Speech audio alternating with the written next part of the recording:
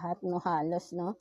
So, think of your person, kung sino man, no, ang nasa isip mo, isipin mo ngayon, right? Yeah, dapat, nasa isip mo na nga, no. So, tingnan natin.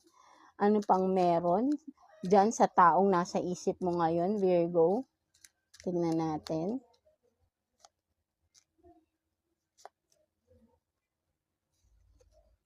So, it's time for me to heal now, and then I want to tell you how I feel, no? So, yeah, for some of you, no, maybe, ang nakikita ko naman dito, no, mga Virgo natin, no, may person dito na in, in a healing process, right? No, maybe may mga trauma itong pinagdaanan before, kung sa relationship man or whatever na pinagdaanan niya sa buhay niya, no? That's why maybe ay nagiging guarded itong tao na to, no? For some of you, no? Maybe nagtataka ka, ano bang meron sa inyong dalawa, no? For some of you. Itong person na ito na nasa isip mo ngayon, Virgo, meron siyang mga trauma sa sarili niya, no? That's why hindi niya masabi, hindi niya agad maibigay totally yung kanyang sarili sa iyo, no? Hindi dahil ikaw yung problema. Ang problema, or wala namang talagang problema, no, mga Virgo.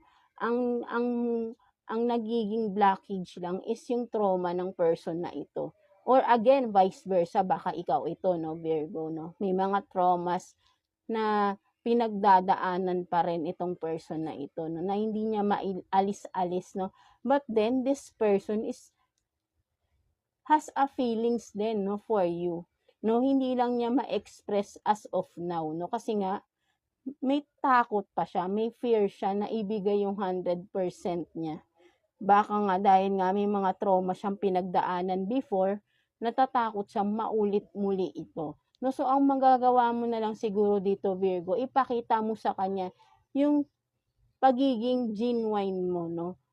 Genuine, yan ang iyong intention sa kanya, no? Para kasi alam niyo yung may mga trauma na tao, hindi yan agad-agad nawawala, no? Tulungan mo siyang mag-heal, no? Or kung ikaw man ito, tulungan mo rin yung sarili mo, because yung mga taong gustong makipag-commit sa'yo, gusto ng connection sa'yo, nahihirapan sila because napaka too guarded ninyo, no?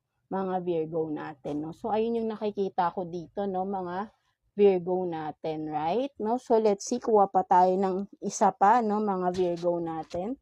So, yeah, tignan pa natin. One more. For Virgo, please, person on your mind.